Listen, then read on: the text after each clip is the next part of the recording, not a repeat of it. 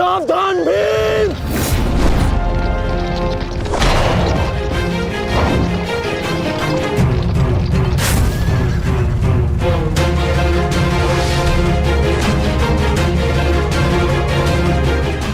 अश्वत्थामा, अश्वत्थामा, तुम ठीक हो? तुम ठीक हो? हाँ अंगराज।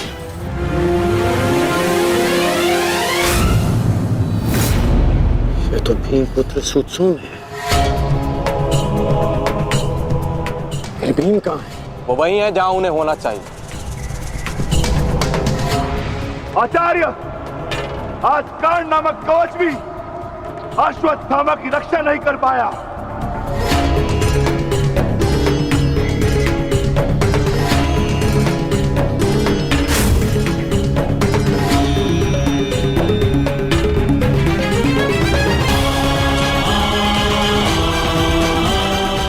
ये पांडवों की योजना है, मुझे आचार्य द्रोण से दूर रखने के लिए। अंगराज, आप कहना क्या चाहते हैं? क्या कहना चाहते हैं अंगराज? आज पांडवों का लक्ष्य तुम नहीं, आचार्य द्रोण है। और सत्य है ये, मेरा पुत्र अभी तक जीवित है, कुछ नहीं हुआ उसे। सत्य कहो, सत्य कहो भीम।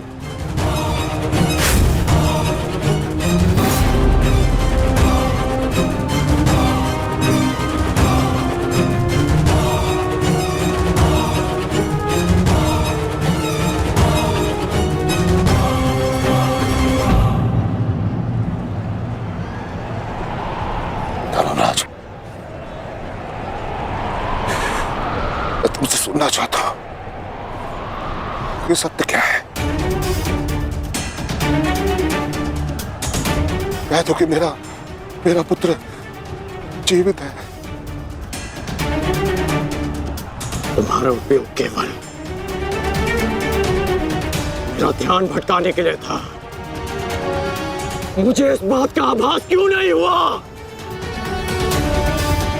आचार्य द्रोण के प्राण संकट में है। चलो अश्वत्थामा, चलो। सत्य कह दो कि आज भी मेरा पुत्र जीवित है, कुछ नहीं हुआ उसे, कोई उसका वध नहीं कर सकता। कहता एक बार।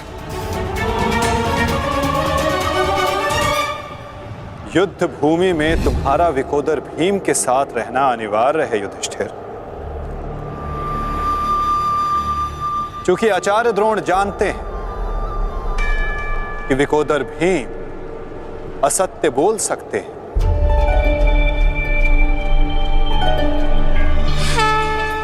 किंतु धर्मराज युधिष्ठिर नहीं। और वो ये सुनिश्चित करने के लिए तुमसे ये प्रश्न अवश्य करेंगे धर्मराज।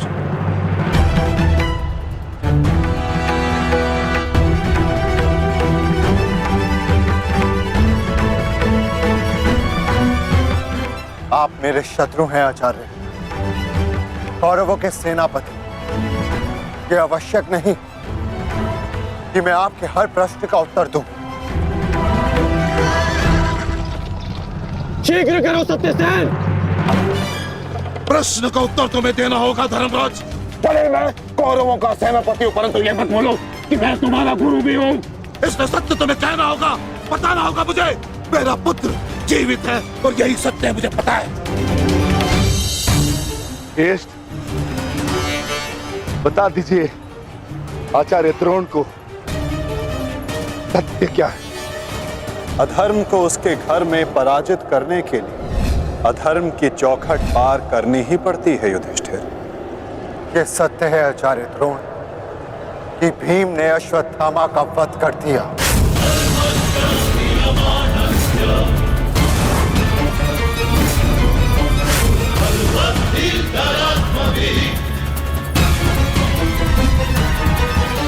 नहीं माधव, मैं असत्य नहीं कहूंगा।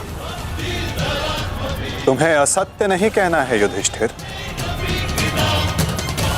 विकोदर भीम अश्वत्थामा नामक हाथी का वध करेंगे।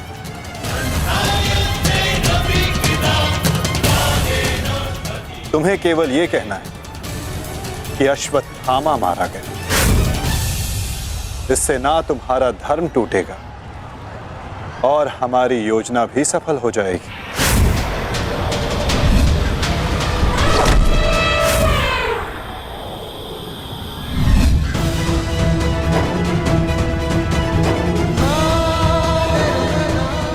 पुनः एक बार कह दो धर्मराज कि ये सत्य है।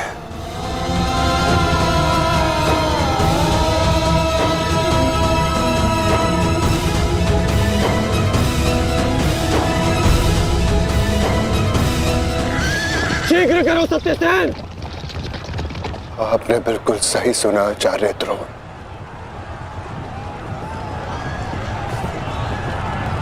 अश्वत्थामा मारा गया।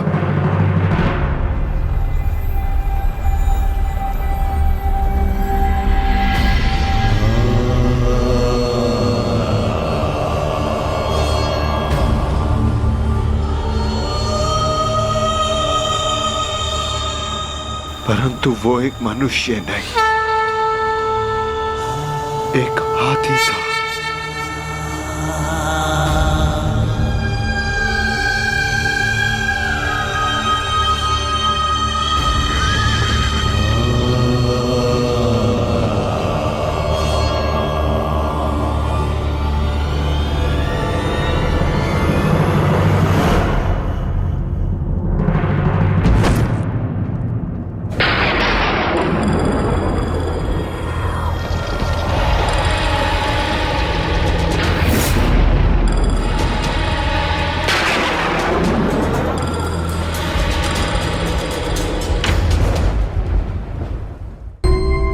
जिस पुत्र के लिए आप आचार्य से शिक्षक बन गए, जिस पुत्र के लिए आपने अपने शिष्यों से गुरु दक्षिणा नहीं मूल्य मांगा,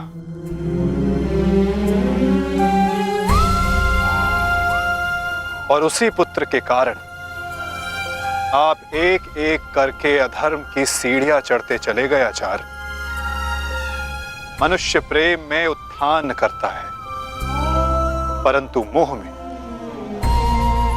केवल उसका पतन होता है। आचार्य, आप जिसे पुत्र प्रेम समझते रहे वो पुत्र प्रेम नहीं, पुत्र मोह था। आचार्य, और वही आपके पतन का कारण भी।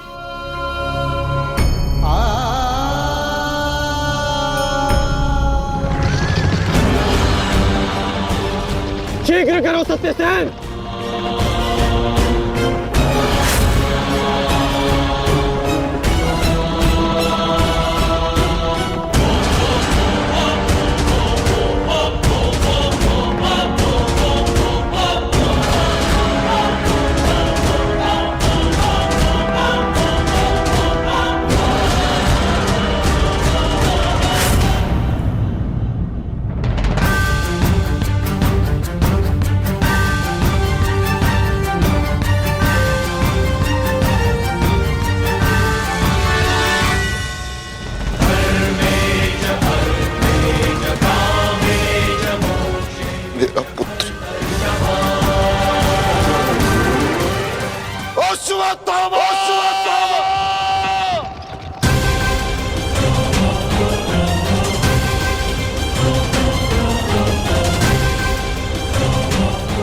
आपके साथ छल हुआ है आचार्य। अश्वत्थामा जीवित है। पिताश्री! पिताश्री!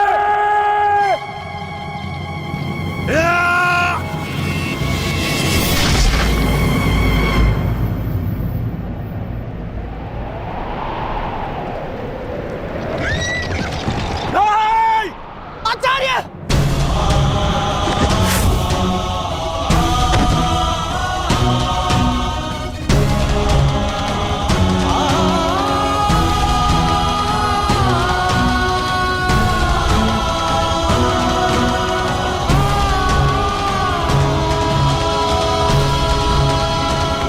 वरुणं च दिवम्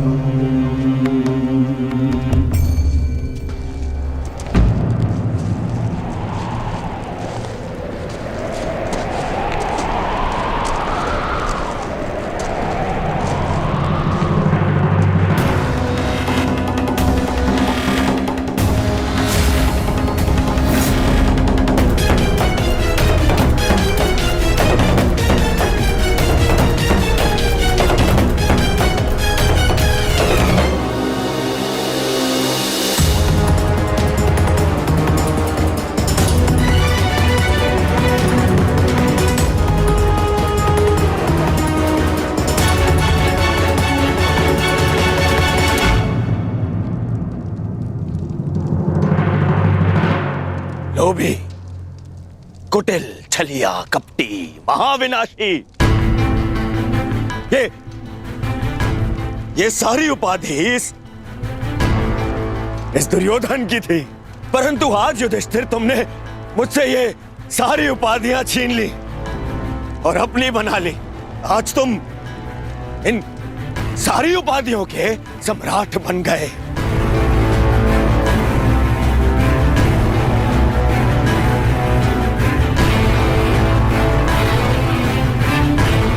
प्रणिपात सम्राट, अरे बोलो, सम्राट आए हैं। छल सम्राट युधिष्ठिर की जय बोलो, बोलो, छल सम्राट युधिष्ठिर की जय। परंतु सम्राट, मुझे समझाइए, अब कौन सा कार्य शेष रह गया? आपने यहां आने का कष्ट कैसे किया सम्राट? अरे कहीं ऐसा तो नहीं कि लकड़बग्घे की तरह गुरु आचार्य द्रोण के शव पर भोज मनाने आए हैं आप?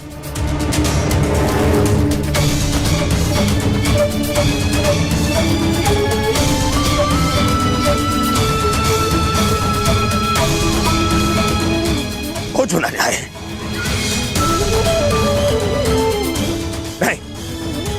नहीं सम्राट, मैं क्षमा चाहूंगा, परंतु मैं इस बात की अनुमति नहीं दूंगा आपको। चले जाओ यहां से,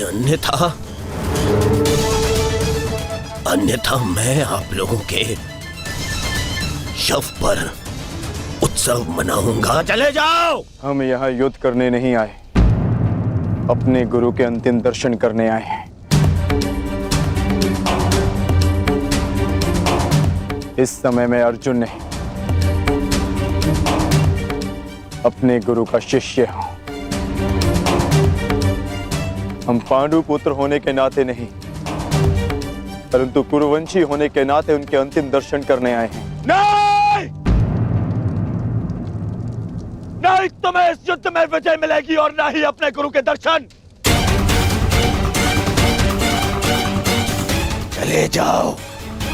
चले जाओ यहां से, अन्यथा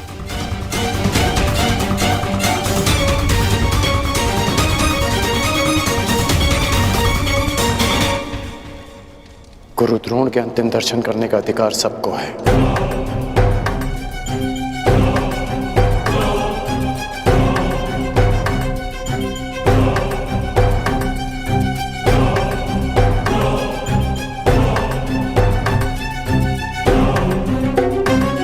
बहुत बड़ी गुरु दक्षिणा दी आपने अपने गुरु को, छल से मृत्यु दी तुमने अपने गुरु को। उन्होंने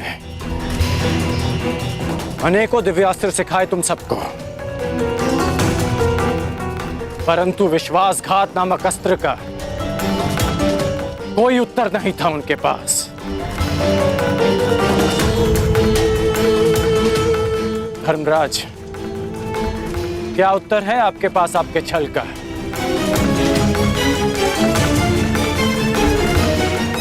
बताइए।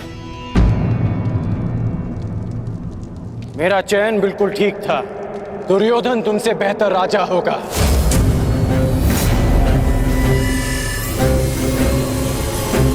दुर्योधन की अनीतियों पर मैं क्रोधित हूं, परंतु तुम्हारी अनीतियों पर मुझे घृणा आती है। मित्र, शिष्य होने के नाते अपने गुरु के अंतिम दर्शन का अधिकार है नहीं, अंगराज ठीक कह रहे हैं मित्र।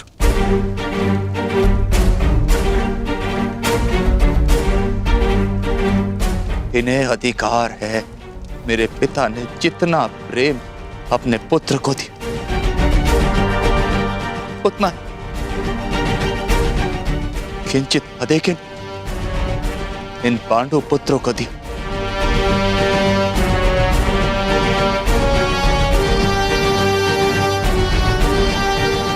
उससे भी अधिक इस अर्जुन को। एक पुत्र अपने पिता का ऋण चुकाता है, उसे जीवन देने का ऋण। मैं भी अपने पिता के दिए जीवन का ऋण चुकाऊंगा, और वो ऋण पांडवों को चुकाना होगा।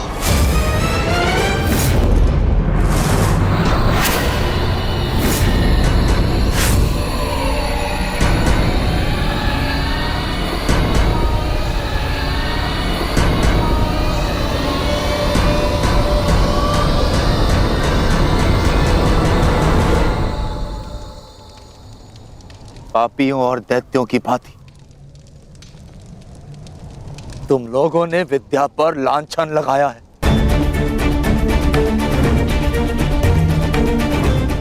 ज्ञान का नाश किया है तुम लोगों ने, नाश।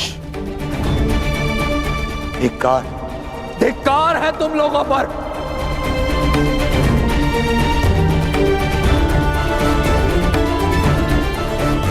पांडव पुत्रों, जब तक मैं तुम्हारी मृत्यु अपनी आंखों से ना देख लूं, मुझे मृत्यु प्राप्त नहीं होगी। तुम्हारे वंश के साथ मृत्यु की होली खेलूंगा मैं। जिन बच्चों ने आज मुझे रोका, मैं उनकी सांसें रोक दूंगा।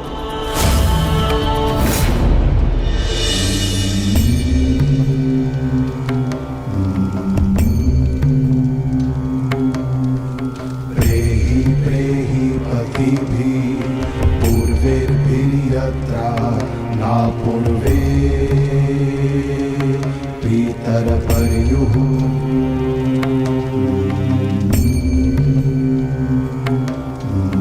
भूभराजना स्वधया मदन्तायमं पश्यासि वरुणं च दिवम्।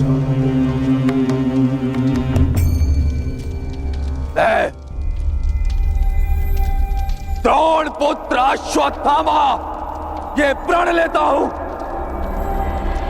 कि तुम्हारे संपूर्ण वंश को नष्ट कर दूंगा, नष्ट कर दूंगा, नष्ट कर दूंगा, नष्ट कर दूंगा, नष्ट कर दूंगा, नष्ट कर दूंगा।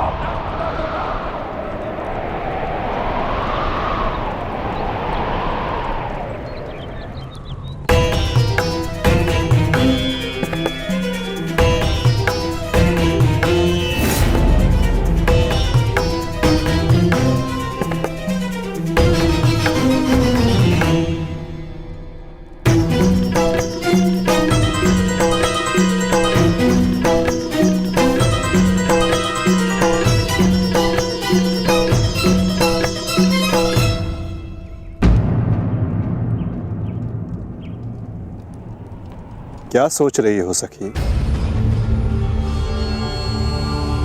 असंख्य चिताएं, असंख्य अग्नि जलकर भस्म हुआ मेरा मान, मेरा सम्मान, मेरा अभिमान, मेरे सभी संबंध, ये सब लाभ भी तो हानि को ही मिले हैं।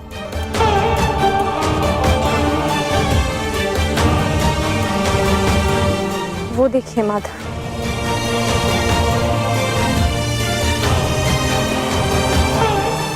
भ्राता धृष्टद्युम्न के जीवन का गणित संपूर्ण हुआ।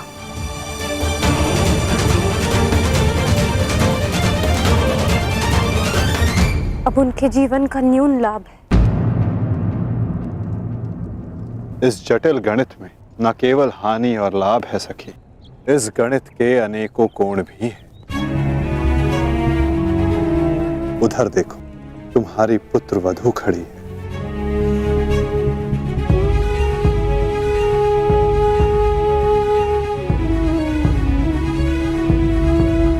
जो वस्त्र हरण तुम्हारे साथ हुआ, वो अन्य किसी स्त्री के साथ ना हो, उसकी लज्जा का रक्षण हो सके, ये लाभ। संसार में शोषण करने वालों को पर्याप्त दंड मिल सके सखी, ये लाभ। आने वाली पीढ़ियों को ज्ञात रहे कि स्त्री का मान भंग करना उसका शोषण करना मानव हत्या से भी अधिक दंडनीय अपराध है। ये लाभ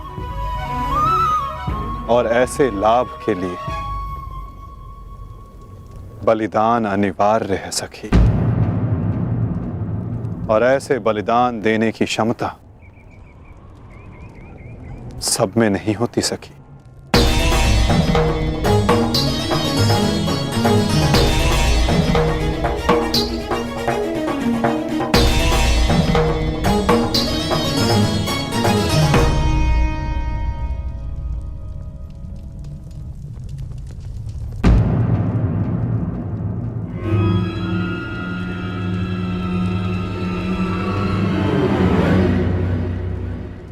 सुप्रिया का संदेश आया है भगत ग्राम से।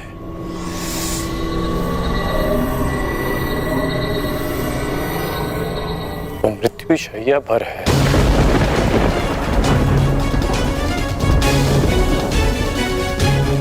इसमें लिखा है कि उसके पास अधिक समय नहीं बचा।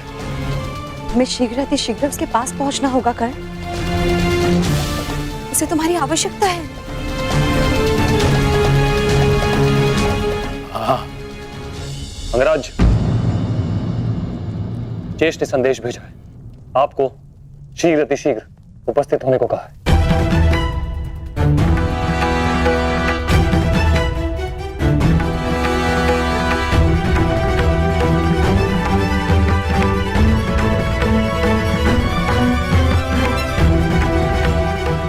मुझे जाना होगा,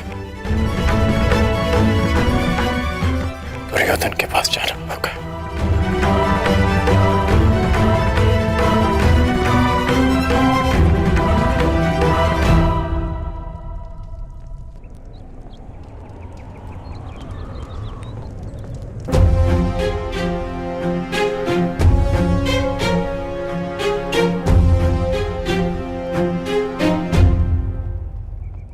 अनेक दिनों से मेरा हृदय ही नहीं, मेरा मन भी जो चाहता था, आज वो पूर्ण होने जा रहा है। दुर्योधन की पताका और हस्तिनापुर का ध्वज दोनों ही अब बलशाली होने जा रहे हैं। इस पताका की तीक्ष्णता और भी तीव्र होगी, क्योंकि इस पताका का नेतृत्व करेगा मेरा मित्र अंगराज कर्ण।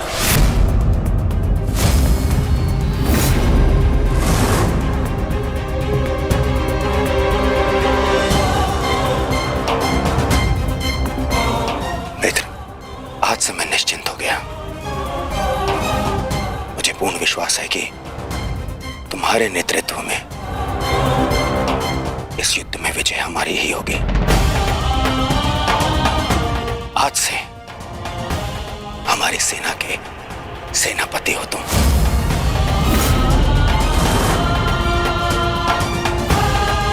दुर्योधन, किसी दासी स्त्री के लिए पति चुन रहे हो, अपनी सेना का नायक चुन रहे हो? एक नीची जाति के व्यक्ति को तुम हमारे सर पे थोप नहीं सकते। किसी सारथी का पुत्र तुम्हारे उपकारों के बीच बना राजा मैं नहीं मानता कि ये सेनापति बन सकता है, क्योंकि पलतरन पैरों में शोभा देते हैं, ना कि मस्तक पर। मेरे होने वाले सम्राट, और हाँ अंगराज कर्ण, देखो तुम दोनों बुरा मत मानना। प्रश्न केवल ये नहीं है कि अंगराज सूत्र है या क्षत्रिय। प्रश्न तो ये है कि सेनापति पद किसे मिलना चाहिए। सेनापति पद के लिए आवश्यक क्या होता है? बुद्धि और शक्ति। और अंगराज, आपके बुद्धि पर किसी को कतई संदेह नहीं ना, परंतु संदेह है तो केवल और केवल आपकी शक्ति पर। अंगराज अभेद थे, अब नहीं है।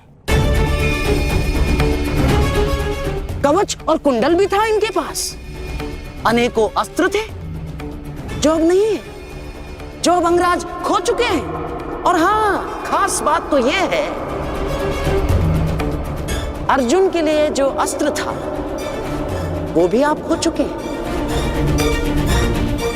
तो इसका पूर्ण अर्थ यह है दुर्योधन कि अंगराज अब उस बूढ़े शेर की भांति हो गए जिसके दांत भी टूट गए हैं और पंजे के नाखून भी झड़ चुके हैं। और ऐसे शेर के साथ चूहे भी व्यंग करते हैं। अब महाराज शल्य को देखो, इनकी शक्ति और भव्य सेना की सहायता से हम विजय प्राप्त कर सकते हैं। अब यदि अंगराज आपके परम मित्र हैं तो वो भी इस बात को मानेंगे, हैं? क्यों अंगराज? हाँ श्री, मुझे कर्ण की मित्रता पर कोई संदेह नहीं है। जिसने अपना सबसे महत्वपूर्ण शस्त्र मेरी सुरक्षा के लिए उपयोग कर लिया, और ना ही उसके शौर्य पर। संदेह तो मुझे शैल्य पर है, क्योंकि कायरों के भांति रण छोड़कर भागना सबसे पहले इन्हें आता है। एक नहीं, दो बार अवसर मिला इन्हें, पर इन्होंने क्या किया? रण छोड़कर भाग गए, एक ऐसे चूहे की तरह जो केवल शेर की दहाड़ सुनकर ही भाग जाता है, भाग जाता है। इस चूहे को मैं ना तो अपनी सेना का सेनापति बनाऊं और ना ही अपनी दासियों का पति। मूर्ख हो मूर्ख, तुम दोनों मूर्ख हो। एक मूर्ख का सम्राट और एक मूर्ख का सेनापति। तुम दोनों मूर्खों को लगता है पांडवों पे विजय पाओगे? बस मद्रराज,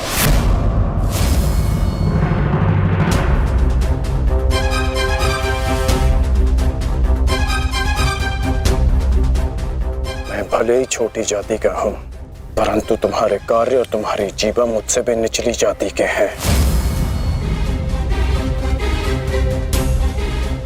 तुम्हें मेरे माता पिता का ऋणी होना चाहिए कि उन्होंने मुझे अच्छे संस्कार दिए, नहीं तो अभी तक तुम्हारी जीवा मेरे पैरों के नीचे होती है।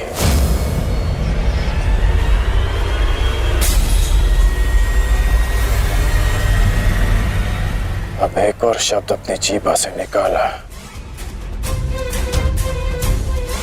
तो मैं अपने सारे संस्कार भूल जाऊंगा, और ये भी भूल जाऊंगा कि हम दोनों एक ही पक्ष में हैं।